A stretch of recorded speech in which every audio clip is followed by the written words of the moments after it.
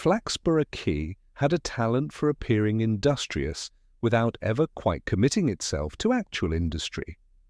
That morning it wore its usual look of affectionate neglect.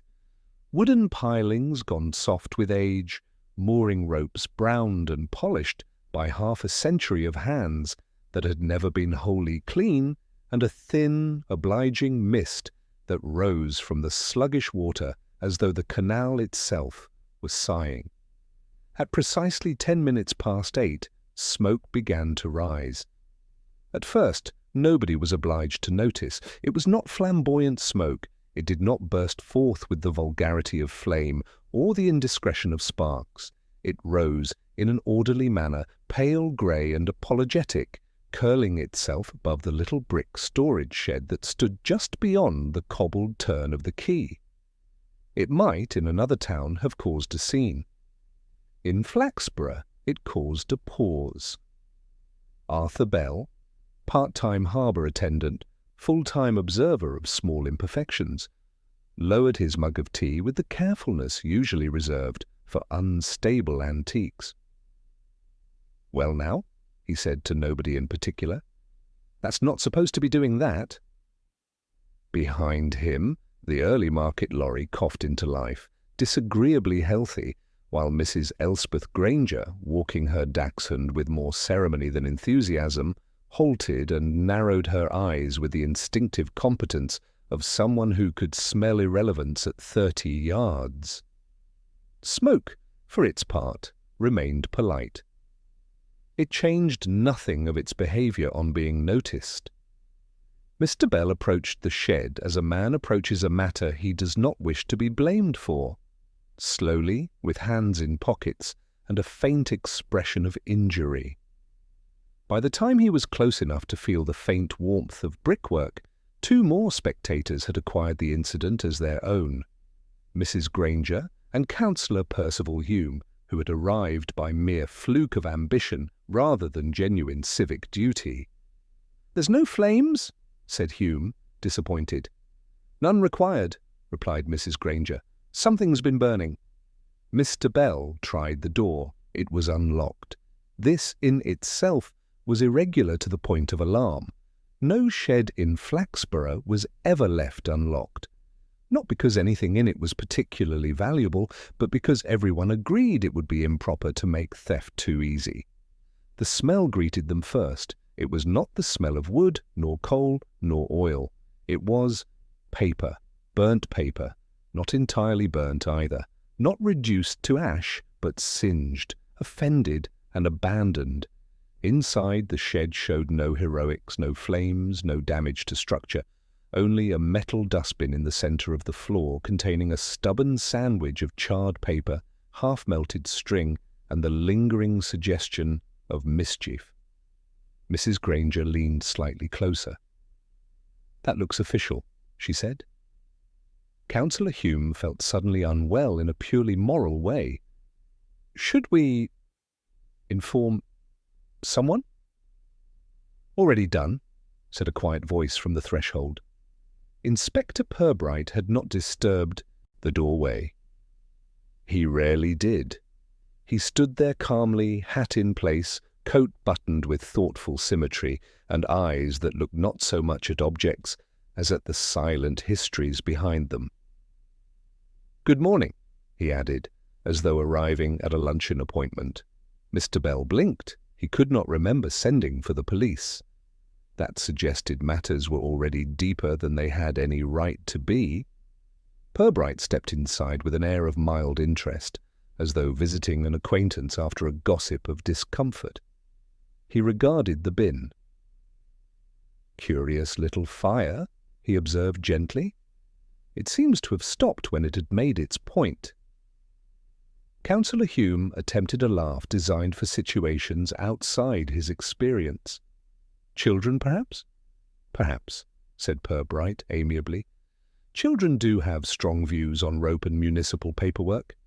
He crouched slightly, not touching anything, just allowing the smell to arrange itself in his memory. The papers had once been tied, official string, the dull beige of government patience, some covered in faint ink patterns now scorched into abstraction. Mrs. Granger shifted. "It feels improper," she said. Purbright smiled in a way that suggested he found impropriety the most fascinating thing about people. Outside, the quay resumed its careful indifference. A barge nudged its side against a piling like an apology. And, in the thin air, smoke continued to rise, less now, faintly embarrassed, leaving behind something more lasting. A question.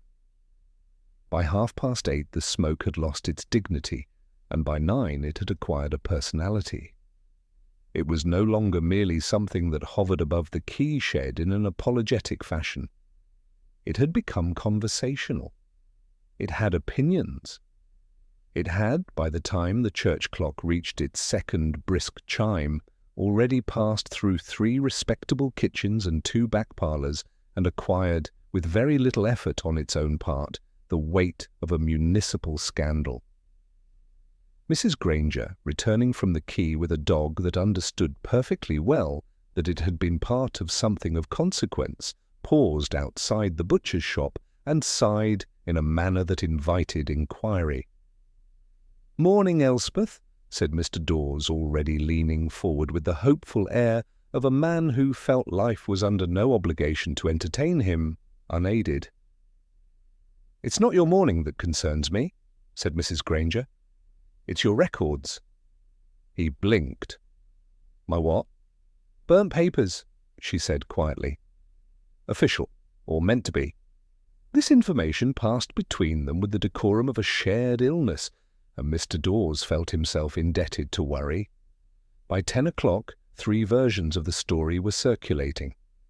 In the first, the shed had been filled with secret council minutes concerning the relocation of the market and the erection of a car park of immoral proportions. In the second, the papers were land deeds, quietly disposed of, to prevent the unthinkable arrival of visitors of a less than traditional character. In the third, favoured by those who felt modern life had made insufficient allowance for melodrama, the message was foreign. The message was always foreign. Inspector Purbright, meanwhile, stood at his office window and allowed the town's moral weather to reach him by instinct alone. Flaxborough Police Station had the air of a building that had been erected with dignity and then forgotten by enthusiasm.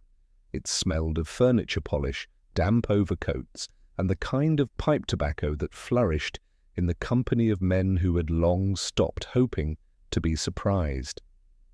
Sergeant Love sat at his desk, writing carefully. "They'll be saying it was done by a syndicate before luncheon," he observed without looking up. "Yes," said Purbright mildly.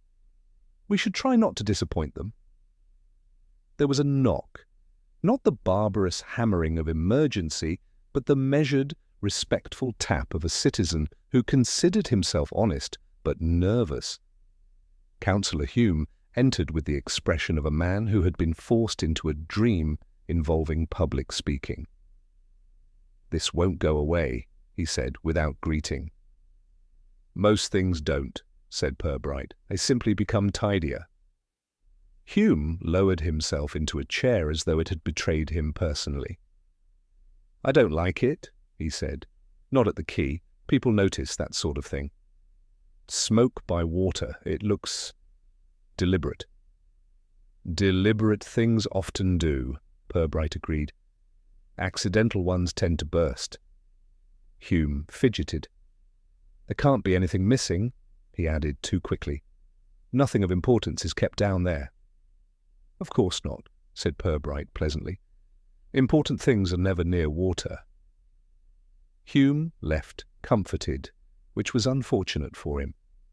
By midday, the quay itself had taken on the peculiar hush of a place that had been looked at too often. Arthur Bell had been asked the same question 17 times and had begun to answer it in a slightly different way each time, purely to preserve his dignity. "I smelt it first," he said to Mrs. Fitch, who was not listening. "Just paper, mind, like someone had tired of a diary."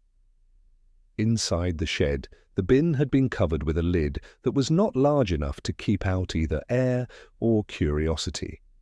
Purbright returned alone. He stood very still in the doorway. Not as a man searching for something, but as a man allowing a room to introduce itself. The smell was weaker now, regretful. The string inside the bin lay half-burned and half-remembered. The topmost sheet of paper had cooled into a pale, blistered map of lines that once meant something to someone with a pen and an obligation. He noticed the floor. There was no ash beyond the bin, no careless scatter, no drama. Whoever lit the fire had done so politely, and whoever left had taken care not to offend the walls. That, he thought, was the most troubling thing of all. In the afternoon, Mrs. Granger hosted tea with the air of a woman presiding over cross-examination. "I don't like it," she said to the vicar's wife. "It isn't like trouble we're used to. Too quiet, too tidy." The vicar's wife nodded because she was constitutionally unable not to. Down by the quay, a boat bumped its mooring with a soft, repeating sound, like a warning that had forgotten its words. Purbright walked back toward the station as the light began to thin. The town, satisfied with its morning's industry, started arranging itself for its afternoon of conclusions. He passed the grocer's, the post office, the empty bench that always knew more than it admitted. He tipped his hat to no one, which in Flaxborough was the equivalent of addressing a crowd. Behind him, smoke had long since vanished. Ahead of him, talk thickened, and somewhere, unhurried and not yet frightened, the person who had lit the careful fire went about the business of appearing ordinary. By the third morning, Flaxborough had reached the comfortable stage of knowing just enough to be certain and nothing at all to be correct. Inspector Purbright set out on foot shortly after 9, choosing his pace with the same care he applied to questions. The town lay before him like a composed face that twitched very slightly when it thought itself unobserved. Curtains lifted and fell. Doors were opened only so far as dignity allowed. The air itself seemed to carry a low murmur, not of excitement, but of shared ownership. Whatever had happened at the quay now belonged to everyone. His first call was at the offices of Harrow and Pike, solicitors, notaries, and quiet arrangements. Mr. Leonard Pike received him personally, rising with a smile that suggested he considered the police a regrettable but necessary draft. "Inspector Purbright," he said, "to what do we owe the pleasure of authority?" "Only to conversation," said Purbright gently. "I find it often clarifies matters." Pike gestured to a chair that had been sat upon by very few people who had liked what they heard. "I understand there has been excitement," Pike said. "A small fire," Purbright replied. "The sort a gentleman might light if he meant to destroy only one thing in particular." Pike frowned with professional care. "Documents burn all the time," he said. "Most of them deserve it." "Of course," said Purbright. "But these particular papers were tied. That interests me." Pike's pen paused in the act of nonchalant adjustment. "Official string?" Purbright added conversationally. "The kind that feels important until it's scorched." "I wouldn't know," Pike said. "We shred ours." Still polite, still careful, still a fraction too prompt. Purbright left him to recover. Mrs. Clara Fitch proved more willing, but no more accurate. Her parlour smelled faintly of lavender and the sharp sweetness of conclusions. "I always said that Quay was trouble," she announced, pouring tea with hands that trembled only with excitement. "Nobody decent goes there before noon." "Did you see anything unusual?" Purbright asked. "Not see," she said. "But I felt it." "One often does," he said. "Feelings are very thorough, facts less so." She leaned forward. "It'll be that boatman," she whispered. "The one with the missing front tooth. Those types burn things." Do they? Purbright murmured. I've found they mostly burn bridges. By midday, he had sat in 3 parlours, 2 back rooms of shops and 1 chilly municipal office where Councillor Hume hovered like a man expecting the ceiling to cave in from moral pressure alone. In each room, he let them speak. He rarely interrupted.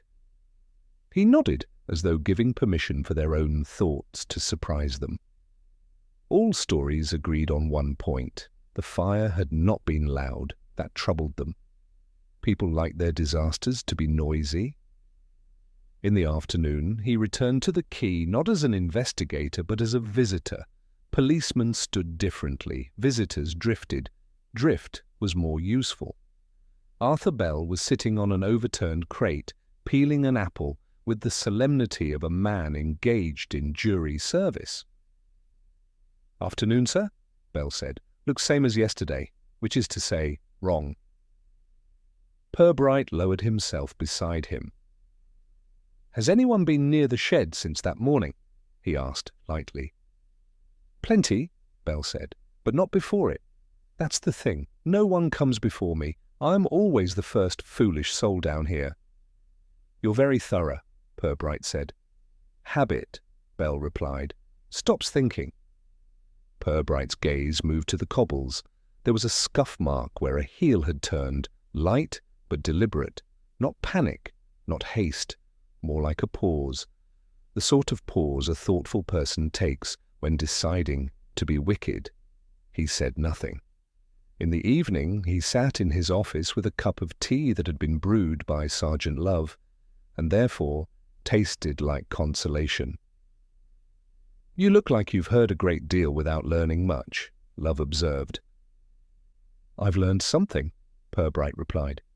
"Oh?" "Yes. Whoever lit that fire was very polite." Love considered this. "Should I be worried?" "Not yet," said Purbright. "Worried people make noise."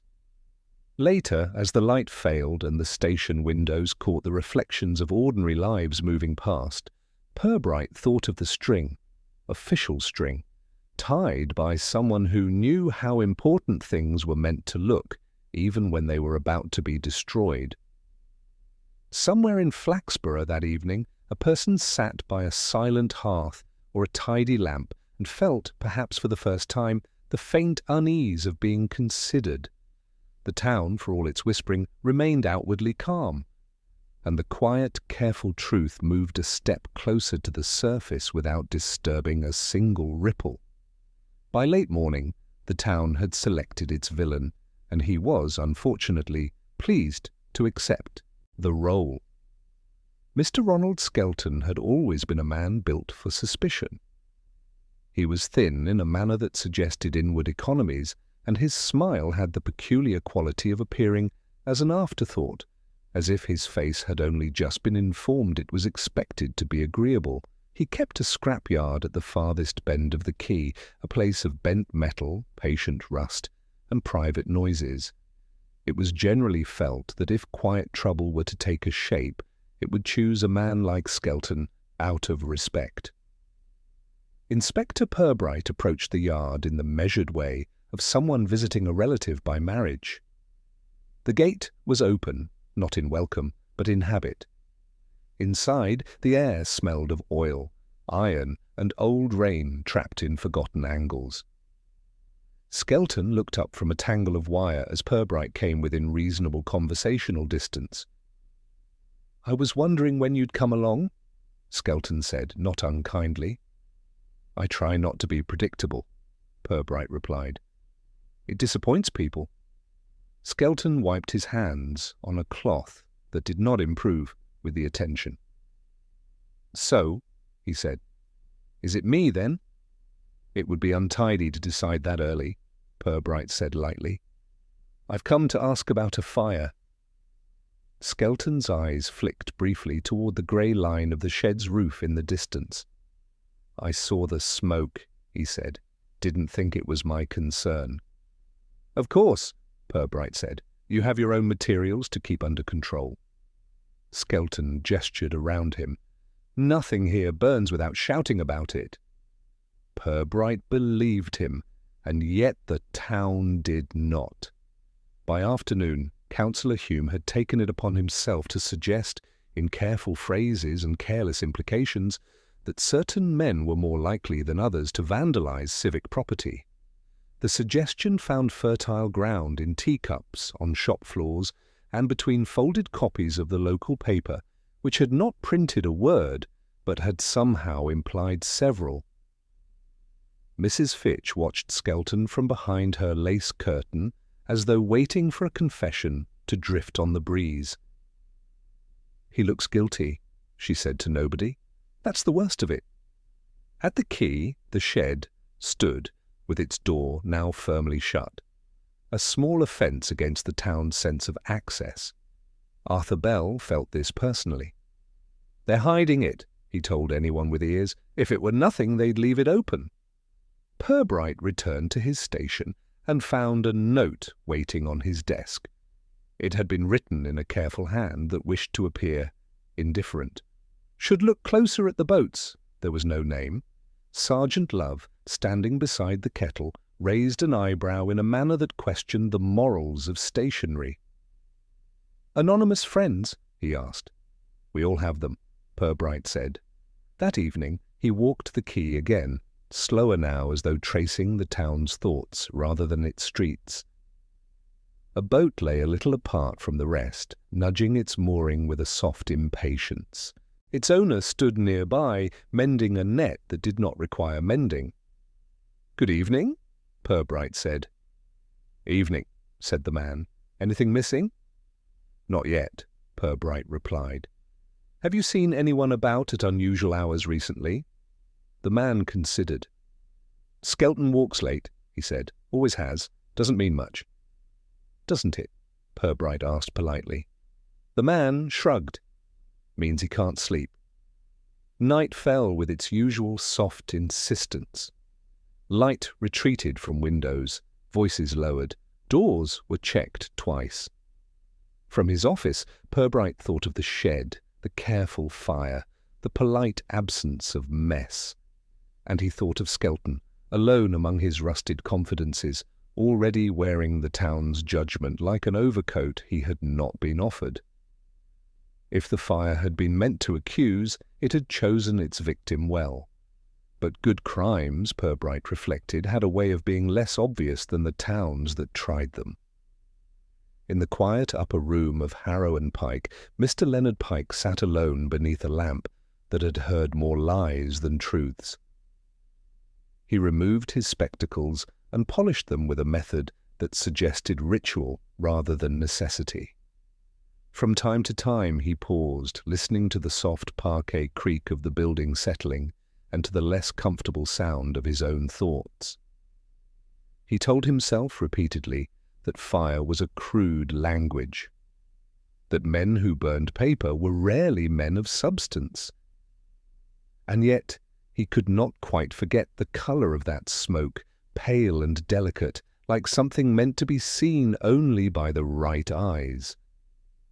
Across the square, Councillor Hume prepared himself for sleep with the theatrical sorrow of a man who expected to be remembered for trying.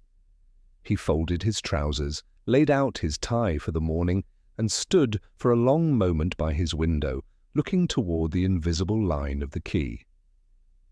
"It cannot touch us," he said aloud, not entirely sure who might be listening.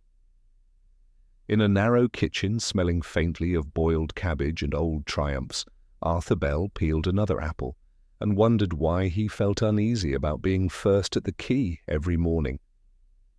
It had always been a point of pride. Now it felt like a liability.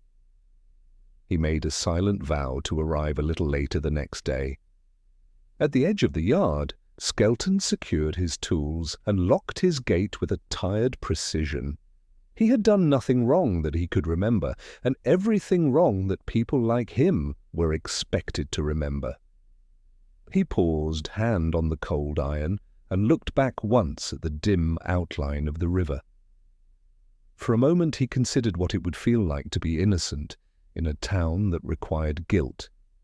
He did not care for the thought. In the station, Purbright wrote a single line in his notebook. Not loud, not messy, not careless. He closed the book. The morning brought with it a faint restlessness which Flaxborough, unused to admitting such things, disguised as a draught. Inspector Purbright arrived at the quay earlier than habit advised. The water lay obediently still, reflecting hulls, posts, and the careful sky without comment. The shed remained closed as though it had learned a lesson about being observed. There was nothing to see, which suited the town perfectly. Arthur Bell was not yet there. This alone was unusual enough to make the water seem to thicken. Purbright walked slowly along the cobbled edge, hands loosely clasped behind him. The stones were worn into a series of dips and ridges by years of honest footwear and dishonest errands. He had nearly reached the far end when something caught his eye. It was a button, small, plain, black. It lay near the edge of the water, half pressed into a line of damp silt, not lost in panic, not dropped in haste, simply placed there or left, as if it had decided of its own accord to be separate. Purbright did not touch it. He merely regarded it with the faint lift of an eyebrow that had always been his way of acknowledging interest without surrendering composure. Footsteps approached. Arthur Bell appeared, slightly damp around the cuffs and less sure of himself than his usual arrangement. "Morning, sir," Bell said. "You're late," Purbright said. "I thought perhaps I ought to be," Bell replied, surprisingly honest. "That's wise," Purbright said gently. "Sometimes being first only makes one second in suspicion." Bell shifted. "There's a boat been wrong," he said. "Wrong?" Purbright asked. "Moved," Bell said. "One of the hire boats. Wasn't where it should have been at dawn. It's back now, mind, but it wasn't where it should have been." They walked together toward the line of moored vessels. The morning light picked at the ripples and turned them into something made of glass and patience. The boat was unremarkable, which in Flaxborough was often the most telling quality of all. Its rope lay coiled neatly. Its cover sat over its little cabin with the modesty of an unused bed. Only the faint damp of fresh contact darkened the timber at its sides. Purbright stepped closer. "You're certain it moved?" he asked. "I know the sound of a familiar rope," Bell said. "This one made a stranger's noise." Purbright nodded. Inside the small cabin he noticed nothing disarranged, nothing broken, nothing disturbed enough to excite gossip. But he did notice the faint mark of soot on the inner lip of the doorway. A thumbprint, faint, careless, the only careless thing he had seen so far. And then he noticed something else, a second button, caught between two boards near the floor. This one was brown, not the same. That mattered. At the station, Sergeant Love regarded the buttons with a mixture of professional doubt and private admiration. "You going to arrest the haberdashery?" Love asked. "Not yet," Purbright said. "They're still behaving themselves." By noon, Councillor Hume was once again in circulation, telling people the police were following several strong lines of thought, which he felt sounded both modern and important. Mrs. Granger took tea with Mrs. Fitch and agreed that a boat was an unwholesome place for anything decent. "That's where people go to be overlooked," Mrs. Fitch said. "Never trust water." The afternoon grew quieter, as if the town were holding its breath without realizing it had started. Purbright went back to the boat alone. He sat inside the cabin and let the stillness complete itself around him. The wood smelled of damp rope, linseed oil, and something faintly sharper. Not fire, not oil, something human, soap perhaps, or nervousness. He imagined someone sitting there using the narrow table to tie string around a bundle, hands careful, movements tidy. The idea did not distress him. It explained too much. Outside, a footstep paused on the decking. A figure hesitated, then retreated. Purbright did not move. He wanted whoever it was to think that nothing in the cabin had happened worth noticing. Later, as the light thinned and the quay took on the colour of old pewter, he walked past Skelton's yard. The gate was closed. Skelton stood just inside it. "You found something?" Skelton asked, without bitterness. "Perhaps," Purbright said. "Won't be me," Skelton said. "If I burn things, I leave a mess. I get angry. I don't go about tying string neatly." Purbright believed him. That too mattered. In the evening, Mr. Pike locked his office with hands that were perhaps a shade less steady than he would have preferred. Harrying thoughts have a way of entering with the night. He told himself again that fire was crude. He did not think about buttons. At home, Councillor Hume dreamt of boats drifting loose and paper floating on dark water. He woke before he was accused. Mrs. Granger cleaned her best cup and thought how odd it was that the burned papers had not been ashes, only scars. Arthur Bell arrived home late and washed his hands for a long time. He wondered, without quite facing it, who else had reason to be at the quay before him. In his quiet room at the station, Purbright placed the two buttons side by side on a small square of paper, black, brown, alike in size, alike in age, and yet belonging to two coats that had never met. He did not try to solve them. That would have been rude. Instead, he wrote another line in his notebook, one set of hands, two kinds of care.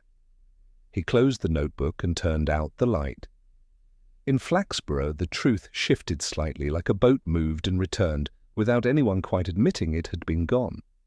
The town woke that morning with the particular tension of people who had run out of new rumours and begun improving the old ones. Flaxborough had always been proud of its teacups. They were matched, mostly unchipped, and carried with the careful ceremony of small shields. That day they were lifted and lowered more frequently than usual, as if the very act of drinking might smooth the edges of thought. Inspector Purbright began at the most logical place, which was to say, the least honest one, the dairy.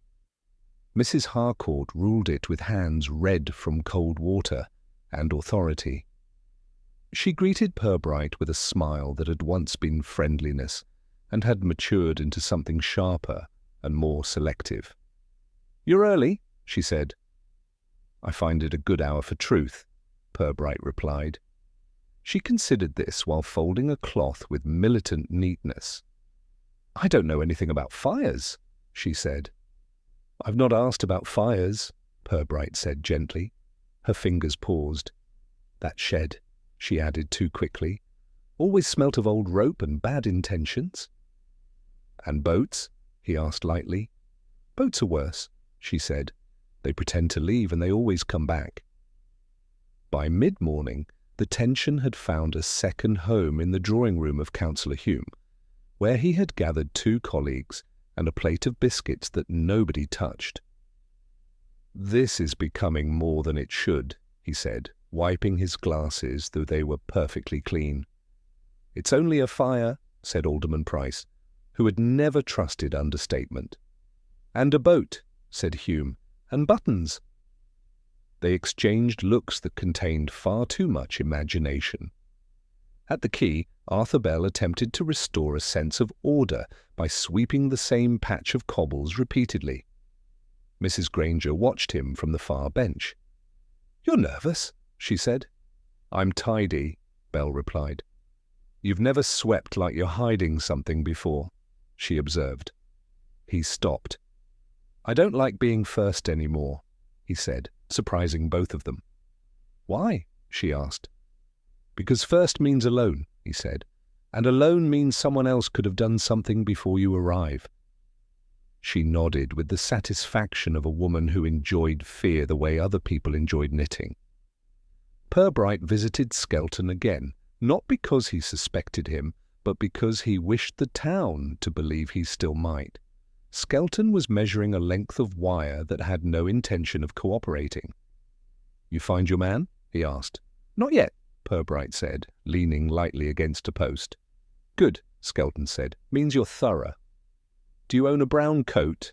Purbright asked, as if inquiring about the weather. Skelton blinked. No, he said. Wouldn't suit my reputation. A black one?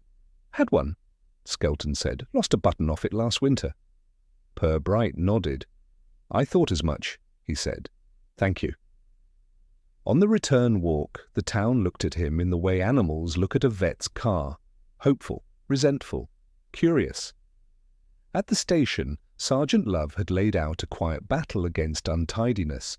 Papers sat in piles that suggested meaning, if not clarity. You got half the town telling me what to do, he said. They care, Purbright replied. They care loudly, Love said. A small envelope lay waiting on the desk. Inside was a single scrap of paper. You're looking in the wrong place. No name? Love asked. No, said Purbright. That would have been impolite. He folded the scrap and placed it in his pocket as though it were no more than a shopping list. That afternoon, Purbright stood once more by the boat. Its small cabin lay open now, as if the town had decided secrecy was untidy. A faint mark remained on the wood where something warm had once pressed long enough to leave a thought behind. He knelt and examined it without the drama of surprise. It was wax. Not much. A careless drop when no embarrassment had time to intervene.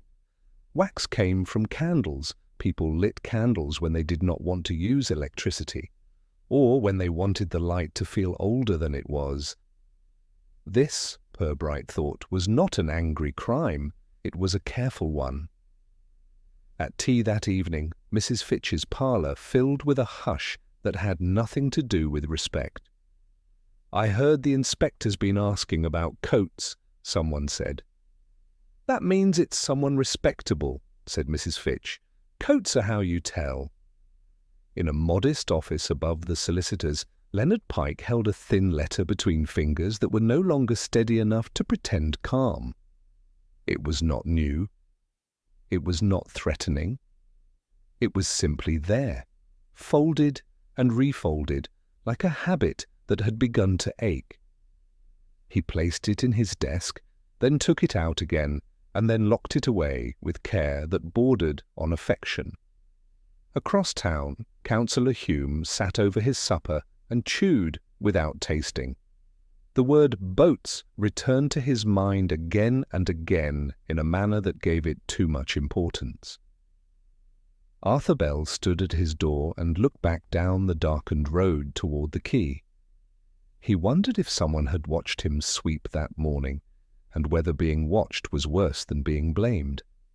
Purbright, alone in his office, laid the 2 buttons beside a faint scraping of wax on a scrap of paper.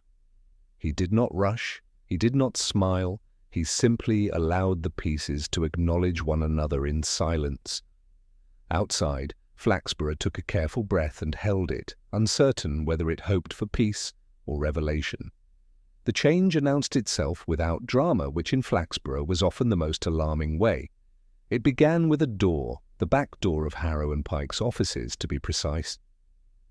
It was found ajar shortly after 7 in the morning by the cleaning woman, who considered herself far too sensible to be alarmed, and therefore was alarmed at once. She closed it, then opened it again, to confirm that it was truly what it seemed. It was. Inside, nothing appeared disturbed, which was never reassuring. Inspector Purbright arrived at a time that suggested neither urgency nor delay. He stepped into the small corridor behind the offices and let the air acquaint him with what had happened. No broken locks, no splintered wood, no hurried signs, merely a door that had been opened carefully and not closed with the affection it deserved. Mr. Pike sat at his desk when Purbright knocked lightly and entered. He was holding his spectacles, though he was not using them. "Have you been robbed?" Purbright asked. "No," Pike said too quickly. "That's fortunate," Purbright said. "Most people prefer it." Pike folded his spectacles and placed them down as though afraid they might fall. "The door was open," he said. "Yes," said Purbright. "I lock it every night," Pike added. So do I, Purbright replied with mild sympathy. There was a silence that contained several things neither man wished to present. May I? Purbright asked, and walked past Pike's desk without waiting for permission that would not have been refused. The small records room lay neat and carefully unlived in, shelves, files, tidy little disagreements in ink and paper. Someone had stood very still in this room. He could feel it, a presence that had examined without touching, considered without moving. On the lower shelf, a file sat very slightly forward, not enough to be noticed by anyone who had not 2 buttons and a smear of wax in his pocket. Purbright touched nothing. He returned to the doorway. "You've had a visitor?" he said. Pike gave a sound that suggested years of controlled disapproval. "They took nothing," Pike said. "Perhaps they brought something," Purbright replied. At the quay, an even smaller disturbance made itself known. The hire boat had been moved again, not far, not roughly, only enough to make Arthur Bell feel that the ropes had betrayed him personally.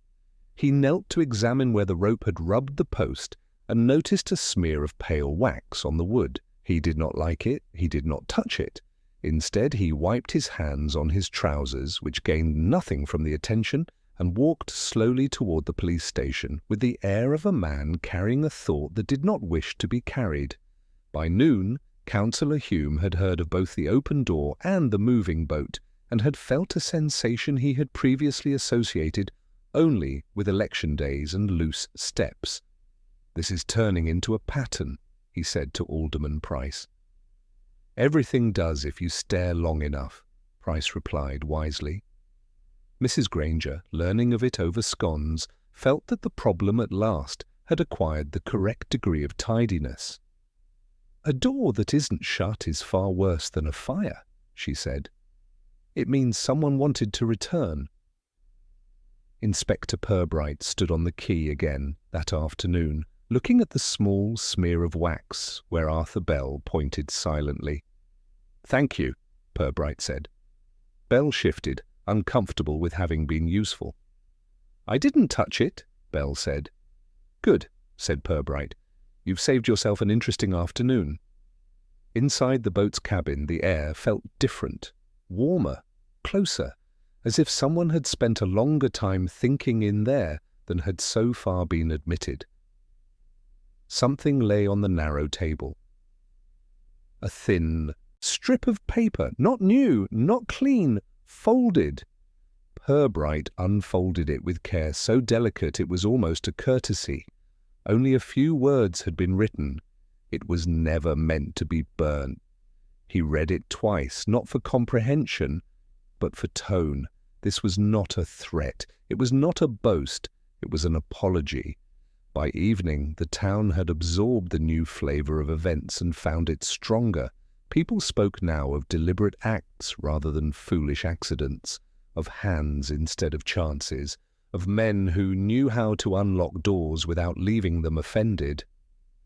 Mr. Pike returned late to his office, closed the door, and checked the lower shelf. The file sat where it always had. He did not open it. He merely placed his hand over the wood of the shelf as if feeling for a pulse. Councillor Hume locked his own back door twice and left the key in the lock, which he felt was the height of responsibility. Mrs. Fitch placed a chair beneath her doorknob before sleeping, convinced this was what modern policing would recommend. Arthur Bell went to bed earlier than usual and dreamed of ropes loosening in polite silence. In the quiet of his office, Purbright placed the folded strip of paper beside the buttons and the faint wax mark he had traced earlier on a scrap. He did not yet arrange them. He allowed them to sit as strangers, watching one another. Outside, the quay water moved slightly, disturbed by no wind and no visible cause. Somewhere in town, a mind that had been careful for a very long time began perhaps to feel the faint first edge of imbalance. The door had been opened. Something had been meant to be seen. and whatever truth lay beneath the smoke and the water had begun, slowly and politely, to rise. The day began with the curious politeness of a town that had decided to be unsettled without admitting it aloud. A thin frost lay along the edges of windows and fences, delicate as a thought one was not yet ready to finish. Flaxborough moved a fraction more slowly, as though walking on an idea that had not set properly. Doors closed more softly, voices lowered. Even the church clock sounded mildly apologetic when it announced the hour. Inspector Purbright did not go first to the quay. He went to a small, unused sitting room at the station where a cold hearth grinned quietly from a wall that remembered better days. He chose the chair nearest it, not for warmth, but for its habit of encouraging thought. He laid the objects carefully on a low table. 2 buttons, a faint scrap of paper with a wax smear, the folded strip of apology. He did not arrange them. He observed them as one observes neighbours who have lived beside one another for years without speaking. In another part of town, Leonard Pike found himself doing nothing in particular with great diligence. He polished the same corner of his desk twice. He straightened a row of books that had never leaned. He opened a drawer and stared into it, not for what it contained, but for what it did not. He told himself there had been no harm, no theft, no exposure, only a door that had not been shut. He tried to believe that this was not a form of conversation. At the quay, Arthur Bell stood very still and did not sweep. He found that movement suggested responsibility, and he had recently begun to mistrust responsibility. He thought of the wax smear. He thought of the boat's rope making a sound it had no right to make. He wondered if he had always lived among secrets, or if they had just learned to show themselves. Mrs. Granger took her morning tea unusually far from the window. "A town is like a cupboard," she told Mrs. Fitch. "If you don't open it for long enough, things begin to move about on their own." Mrs. Fitch agreed, though she had never trusted cupboards. By noon, Purbright left the station and walked without destination, which was often how he reached the most useful places. He passed the quay without pausing. He passed the solicitor's office without looking up. He passed Skelton's yard and received in return a nod of mutual tolerance. He found himself at the edge of the small park that sat behind the church. The bench there was cold. He sat anyway. From this position, he could see the back of several houses. No one built their best face towards this patch of grass. Here were the true habits of people: unswept steps, crooked hinges, curtains drawn but never quite closed.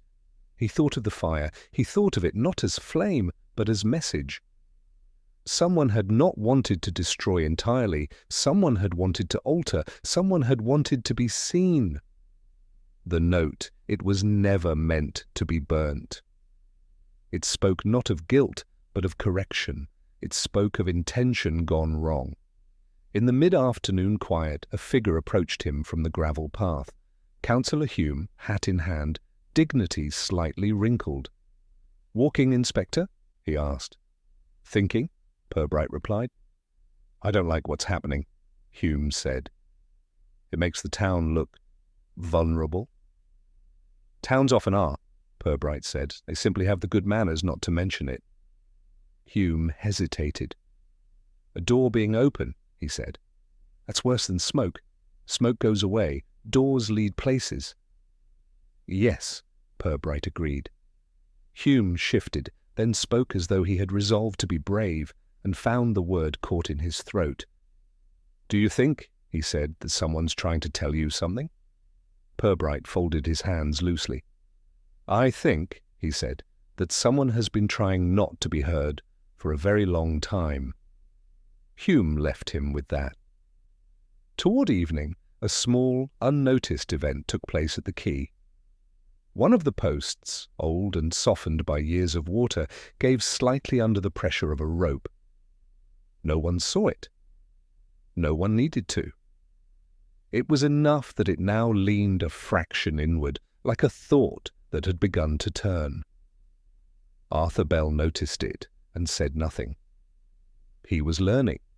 In his office, Pike sat in the half-light and finally opened the file that had moved. It contained nothing illegal, nothing directly shameful.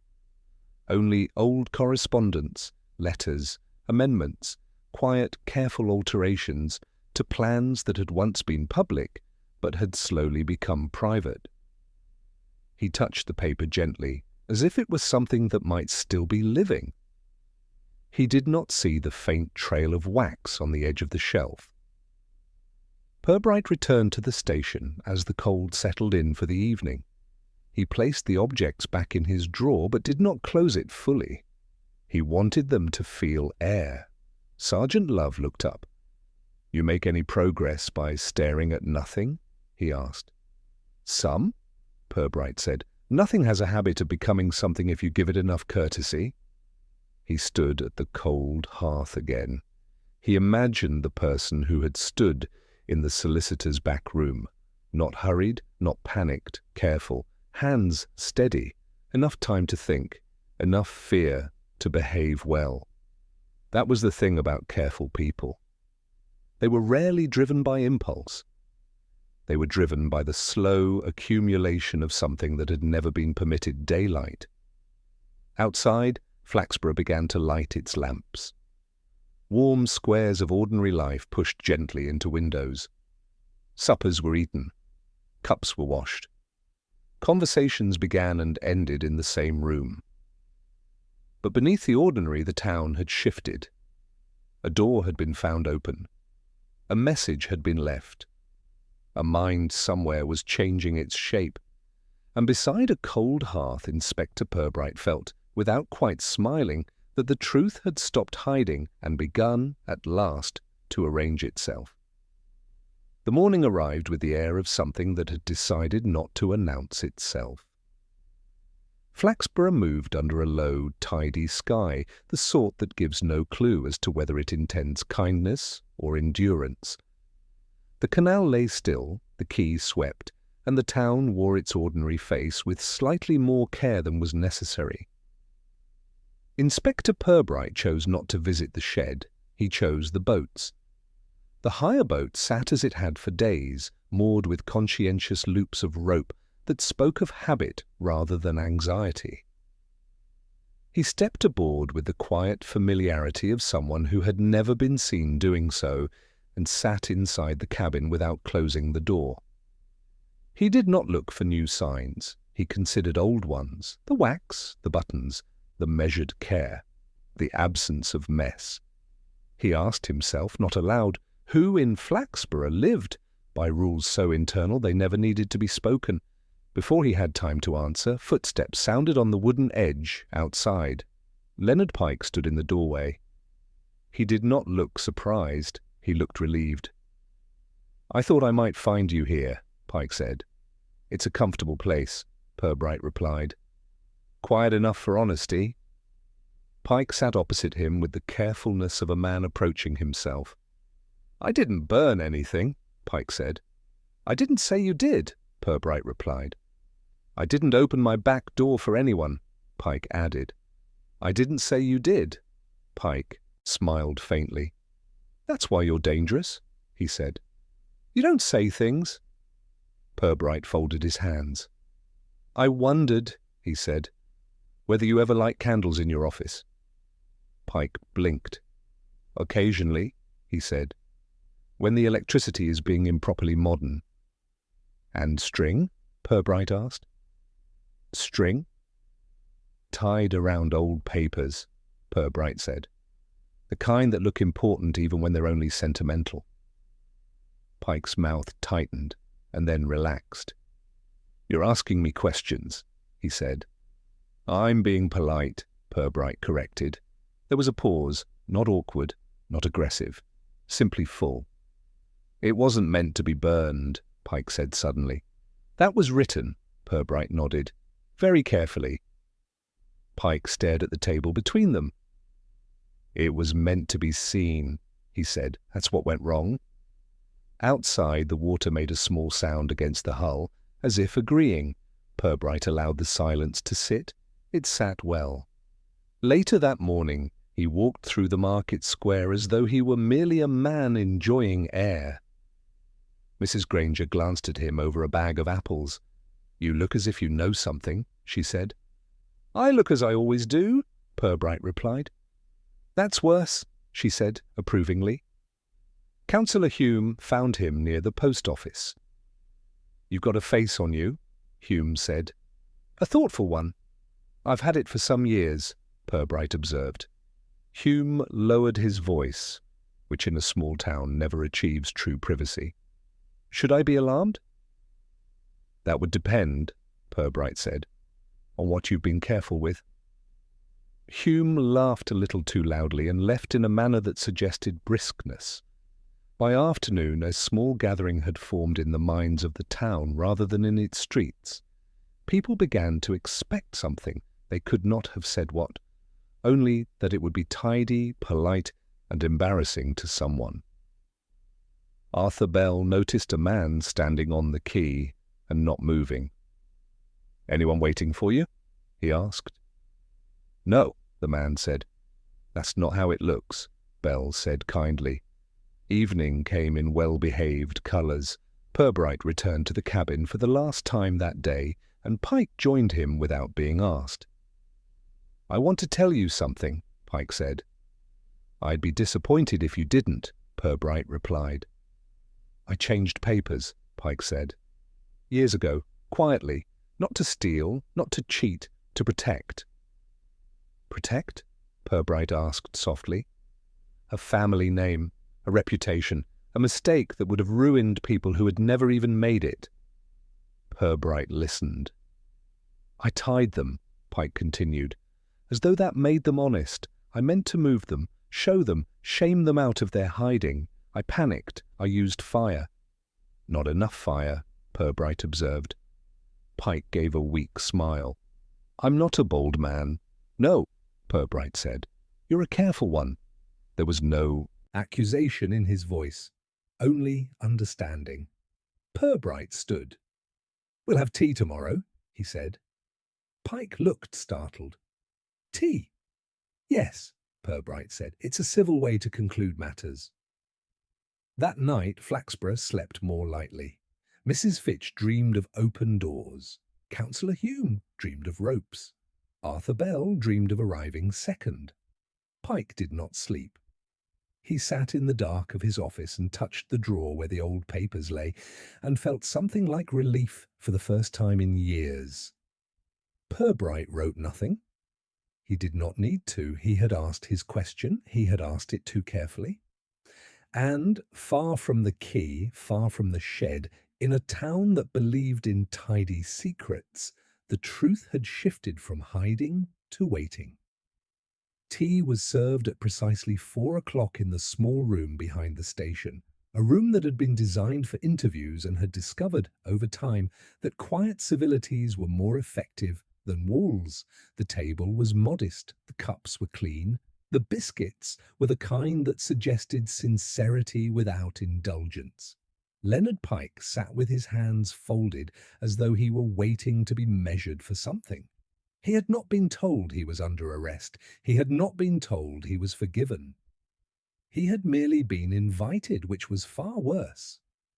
Inspector Purbright poured the tea himself because he believed in small gestures that unsettled large thoughts. "I thought it best," Purbright said, "to let the air be ordinary." Pike nodded. "I appreciate that," he said. "Extraordinary air is exhausting." Sergeant Love stood at the back of the room, not listening, which in his case meant listening with exceptional discipline. Purbright set the pot down gently. "It began," he said mildly, "not with fire, but with paper." Pike's fingers tightened very slightly. "Years ago," Purbright continued, "something passed through your hands that did not wish to be seen, not because it was wicked, but because it was embarrassing. And in towns like ours, embarrassment is more dangerous than wrongdoing. Pike did not deny it. "You tied those papers?" Purbright said, as though manners could make them moral. "I thought," Pike said, "that neatness would save them." "It saved you," Purbright replied. "For a time." The clock ticked with soft approval. "When you returned to them," Purbright went on, "you did not intend destruction. You intended correction. You wanted them moved, shown, restored, in some way that would wound no one." "Yes," Pike said. "But you chose fire," Purbright said, "not to burn them entirely, only to mark them, scar them, make them feel as troubled as you did." "I panicked," Pike said. "It was foolish." "It was tidy," Purbright corrected. Sergeant Love shifted his weight, but said nothing.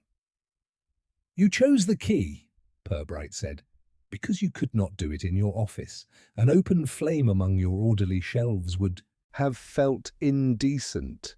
Pike looked down. "You lit it carefully," Purbright continued. "You watched it. You stopped it before it became vulgar. You tied the door behind you like a man smoothing a bed he does not intend to lie in again." "The door?" Pike asked. "You opened it later," Purbright said, "to see if what you had done still existed, to see if you could bring it back. You wanted to retrieve it, perhaps, or to be certain you had not gone too far." Pike closed his eyes. "You used the boat when you could no longer trust the building," Purbright said. "A quiet place, a foolish place, a place that looks empty until it is not." He lifted the two buttons from his pocket and placed them on the table. "One of these, Cowalt," he said, "one from your black coat, one from your brown. You lost them in different moments of carelessness." Pike gave a breath that was almost a laugh. "I didn't even notice," he said. "Most careful men don't," Purbright replied. "And the wax?" Pike asked. "A candle," Purbright said. "Not because you needed light, because you needed the feeling of older light, a slower light, one that forgives." Pike looked at the cup in front of him as if it were a witness. "And the note?" he asked. "You wrote it when you realized you had misunderstood yourself," Purbright said. "You weren't trying to burn the truth, you were trying to uncover it. But you did it with the wrong language." Pike nodded slowly. "For a long time," he said. "I told myself it had gone away." "It never does," Purbright said. "It only waits." There was no drama in the room, no raised voice, no sudden movement, only the small, careful assembly of facts lined up like chairs after a meeting that had wasted no time. Sergeant Love cleared his throat. "Is that all of it, sir?" he asked, because this was how duty sounded when it wished to be polite. "It is," Purbright said. Pike looked up. "What happens now?" he asked. Purbright considered his teacup. "Now," he said, "you decide how much justice you can withstand with dignity." Pike did not look away. "I can bear it," he said. "I think I always could. That was the trouble." Purbright stood. He did not touch Pike. He did not need to. Outside, the town moved as it always had, unaware that its quietest secret had just been laid out as carefully as a place setting. That evening, Mrs. Granger told Mrs. Fitch that she felt something had resolved itself in the air. "I can't say what," she said, "but it's lighter." Councillor Hume, passing the quay, felt less afraid of the water and more afraid of his own thoughts. Arthur Bell noticed that no ropes had moved and felt, for the first time in days, that being first might not be dangerous after all. Back in his office, Leonard Pike wrote a letter he did not know where he would send. He folded it anyway. He felt no urge to burn it. Purbright returned to his desk and opened his notebook. He wrote one final line, not wicked, not bold, merely tired of being hidden. He closed it again. The truth had not made a noise. It had not embarrassed the crockery. It had been served properly with tea in a clean cup. And in a town that valued manners above revelation, that was the only way it could ever have been done. Morning returned to Flaxborough with the cautious civility of a guest who had stayed just long enough not to offend. The canal wore a faint skin of mist, its surface smoothing itself into something that refused to remember too much. The quay looked as it always had, a patient arrangement of posts, ropes, and wooden edges that understood the importance of appearing unchanged. Arthur Bell arrived at his usual hour. He paused before stepping on to the cobbles, then proceeded, which in itself felt like progress. The shed door remained shut, as doors are supposed to be. The hire boat sat where it had always claimed to belong. The ropes lay in their loops, neither slack with scandal, nor drawn too tight with worry. He breathed out slowly. "That's better," he said aloud, and felt no need to explain to whom. Mrs. Granger took her dog out with the air of a woman unconcerned by news. It was not that she had none. It was that she had decided it was finished with her. She nodded to Mrs. Fitch across the street. "Seems quieter," Mrs. Fitch said. "It always does after something's been put back in its proper place," Mrs. Granger replied. Neither of them asked what had been misplaced. At Harrow and Pike's office, the back door remained firmly shut. The lock turned with a sound that suggested renewed respect. Leonard Pike arrived earlier than necessary and hung up his coat with unnecessary attention. He did not touch the file. He did not burn the letter. He made tea in a chipped cup and found the tea tasted more like tea than it had done for years. Councillor Hume walked past the quay and looked out at the water without needing it to promise him anything. He thought briefly of ropes and then of votes, and decided that both could be trusted if not stared at for too long. At the station, Sergeant Love sharpened a pencil slowly, as though ceremony were part of the function. "All quiet," he said. "Quiet is a form of harmony," Inspector Purbright replied. "That's one way of looking at it," Love said. Purbright sat at his desk and opened his notebook without writing. He turned the pages as one turns the leaves of a book that no longer needs to be read. There was no sense of anticlimax, only the polite conclusion of something that had never dared to shout. Later that afternoon he walked to the quay alone. The boat's cabin door hung slightly ajar. He closed it gently, not as a correction, but as a courtesy. He stood on the wooden edge and watched the slow movement of the water, which continued in the belief that it had always been innocent. Behind him, footsteps sounded. Leonard Pike approached, without haste. "I suppose," Pike said, "you'd like me to go through the proper channels." "I would like you to do what feels correct," Purbright replied. "That's a terrible sort of freedom," Pike said, faintly smiling. "It's the only kind that lasts," Purbright answered. Pike nodded and left him there. As evening approached, the town arranged itself quietly. Mrs. Granger polished a small silver tray that did not require it. Mrs. Fitch rearranged her cushions without improving upon them. Arthur Bell cleaned a section of cobbles that had not been dirty. Skelton locked his gate and felt for once that the town's eyes had wandered elsewhere.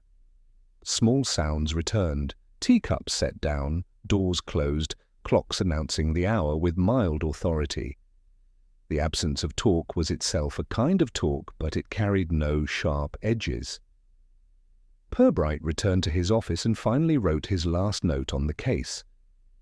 Nothing dramatic, nothing clever, merely order restored by disagreement with silence. He closed the notebook and placed it in the lower drawer. Across the square, a light in Pike's office stayed on later than usual. He sat at his desk and wrote carefully, stopping now and then to consider his words with the respect they deserved. It was not a confession. It was not a defense. It was a beginning of something honest. The canal shifted slightly, disturbed by no visible hand. The quay settled into its habitual posture. The shed, the boat, and the quiet water resumed their old companionship. Flaxborough did what it did best, It continued. Inspector Purbright hung his coat, buttoned it, unbuttoned it, and then hung it properly.